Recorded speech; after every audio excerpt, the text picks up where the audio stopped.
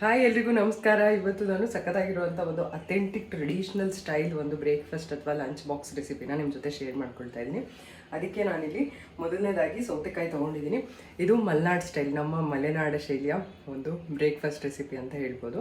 ಇದಕ್ಕೆ ನಾನಿಲ್ಲಿ 2 ಸೌತೆಕಾಯಿನ ತೊಗೊಂಡಿದ್ದೀನಿ. ಅಂದರೆ 1 ಕಪ್ಪಷ್ಟು ಸೌತೆಕಾಯಿ ತುರ್ಕೊಂಡಿದ್ದೀನಿ. ಇದನ್ನು ನಾನು ಇನ್ನು ಅದೇ ಕಪ್ಪಲ್ಲಿ ಅರ್ಧ ಕಪ್ಪಷ್ಟು, ಆ ಕಪ್ ಏನಿದೆ ದೊಡ್ಡ ಕಪ್ಪು, ಅದೇ ಕಪ್ಪಲ್ಲಿ ಅರ್ಧ ಕಪ್ಪಷ್ಟು ರವೆ ತೊಗೊಂಡಿದ್ದೀನಿ.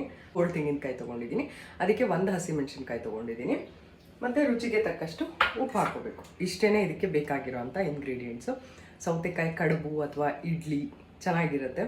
ಅದ್ರ ಜೊತೆಗೆ ಕಾಂಬಿನೇಷನ್ ಆಗಿ ಚಟ್ನಿ ಮಾಡ್ಕೋಬೋದು. ಕಾಯಿ ಚಟ್ನಿ ಅಥವಾ ಶೇಂಗಾ ಚಟ್ನಿ ಈ ಥರ ಮಾಡ್ಕೋಬೋದು. ಬನ್ನಿ ಪಟಾಪಟ ಅಂತ ಮಾಡೋಣ, ಬೇಗ ಕೂಡ ಆಗುತ್ತೆ.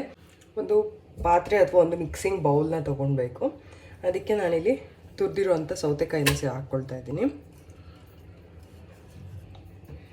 ಅದಾದಮೇಲೆ ರವೆ ಕೂಡ ಹಾಕ್ಕೊಳ್ತಾ ಇದ್ದೀನಿ.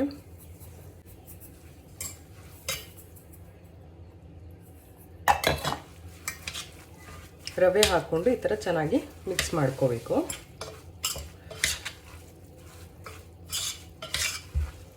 ಇದಕ್ಕೆ ನಾನಿಲ್ಲಿ ಇದು ತೆಂಗಿನಕಾಯಿ ತುರಿ ಮತ್ತು ಹಸಿಮೆಣಸಿನ್ಕಾಯಿನ ಒಂಚೂರು ಮಿಕ್ಸಿನಲ್ಲಿ 1 ರೌಂಡ್ ರುಬ್ಕೊಂಡ್ಬಿಟ್ಟು ಸೇರಿಸ್ಕೊಳ್ತೀನಿ. ಇವಾಗ ರುಬ್ಬಿರುವಂಥ ತೆಂಗಿನಕಾಯಿ, ಇದಕ್ಕೆ ನೀರೇನು ಸೇರಿಸ್ಕೊಂಡಿಲ್ಲ, ನಾನು ಹಾಗೆ ರುಬ್ಕೊಂಡಿದ್ದೀನಿ.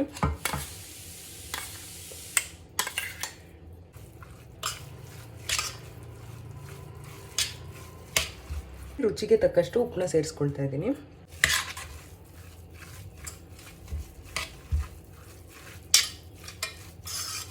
ಇದನ್ನು ಕಡುಬು ಥರ ಉಂಡೆ ಕಟ್ಟಿ ಬೇಯಿಸ್ಬೋದು, ಅಥವಾ ಬಟ್ಲು ಕಡುಬು ಥರ ಅಂದರೆ ಒಂದು ಕಪ್ಪಲ್ಲಿ ಹಾಕಿ ಬೇಯಿಸ್ಬೋದು. ಹಾಗೆಯೇ ಮಲೆನಾಡು ಕಡೆ ಎಲ್ಲ ಹಲಸಿನ ಎಲೆ ಮತ್ತು ಬಾಳೆ ಎಲೆ ಇದರಲ್ಲಿ ಕಪ್ ಥರ ಮಾಡಿಬಿಟ್ಟು ಅದರಲ್ಲಿ ಕೂಡ ಬೇಯಿಸ್ತಾರೆ.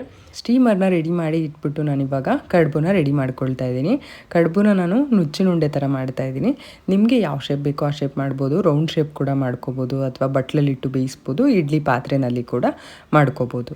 ಇವಾಗ ನಾನಿಲ್ಲಿ ರೆಡಿ ಮಾಡ್ಕೊಂಡಿರೋ ಅಂಥ ಕಡುಬನ್ನ ಸ್ಟೀಮರಲ್ಲಿ ಬೇಯೋದಕ್ಕೆ ಇಡ್ತಾ ಇದ್ದೀನಿ. ಪ್ಲೇಟ್ಗೆ ಒಂದು ಸ್ವಲ್ಪ ಎಣ್ಣೆ ಸವರ್ಬೋದು, ಬಟ್ ನಾನಿಲ್ಲಿ ಎಣ್ಣೆ ಎಲ್ಲ ಏನೂ ಹಾಕಿಲ್ಲ, ಹಾಗೆಯೇ ಮಾಡ್ತಾ ಇದ್ದೀನಿ. ಇವಾಗ ಮುಚ್ಚಿಬಿಟ್ಟು ಒಂದು 2 ರಿಂದ 3 ನಿಮಿಷ ಸಾಕಾಗುತ್ತೆ, ಚೆನ್ನಾಗಿ ಬೆಂದಿರುತ್ತೆ. ಇದು ನಾನು ಕಡುಬು ಅಲ್ಲದೆ ಇಡ್ಲಿ ಕೂಡ ಮಾಡ್ತಾ ಇದ್ದೀನಿ. ಇದರಲ್ಲಿ ಇಡ್ಲಿನೂ ಕೂಡ ತುಂಬಾ ಚೆನ್ನಾಗಿ ಬರುತ್ತೆ. ಈ ಕಡೆ ಕಡುಬು ಕೂಡ ರೆಡಿಯಾಗಿದೆ.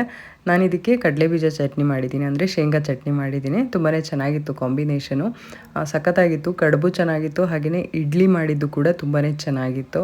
ಅದನ್ನು ನಾನು ಹೇಗಿತ್ತು ರಿಯಾಕ್ಷನ್ ಅನಿಲ್ದು ಅಂತ ಹೇಳಿ ಲಾಂಗ್ ವಿಡಿಯೋದಲ್ಲಿ ಶೇರ್ ಮಾಡ್ತೀನಿ ನೋಡಿ. ಪ್ರೀವಿಯಸ್ ರೆಸಿಪಿಯಲ್ಲಿ ಮಾಡಿದಂಥ ಪೂರಿ ಸಾಗು ರೆಸಿಪಿ ತೋರಿಸಿ ಅಂತ ಹೇಳಿ ತುಂಬ ಜನ ಕೇಳ್ತಾ ಇದ್ದೀರಾ. ಖಂಡಿತವಾಗ್ಲೂ ಶೇರ್ ಮಾಡ್ತೀನಿ ಕಮಿಂಗ್ ಬ್ಲಾಗಲ್ಲಿ. ಹಾಗೆಯೇ ನನ್ನ ಎಲ್ಲ ರೆಸಿಪೀಸ್ ಇಷ್ಟ ಆಗ್ತಾ ಇದ್ದರೆ ಚಾನಲ್ನ ಸಬ್ಸ್ಕ್ರೈಬ್ ಮಾಡ್ಕೊಂಡು ನೋಡಿ. ಆಗ ಇನ್ನೊಂದಷ್ಟು ಎನರ್ಜಿ ಬರುತ್ತೆ, ಇನ್ನೂ ಸಾಕಷ್ಟು ರೆಸಿಪಿಗಳನ್ನ ನಿಮ್ಮ ಮುಂದೆ ತರೋದಕ್ಕೆ ಅಂತ ಹೇಳ್ತಾ, ಮತ್ತು ನಾನು ನಿಮಗೆ ಸಿಗ್ತೀನಿ ಇನ್ನೊಂದು ಹೊಸ ವಿಡಿಯೋ ಜೊತೆ. ಬರಲಾ, ಬಾಯ್.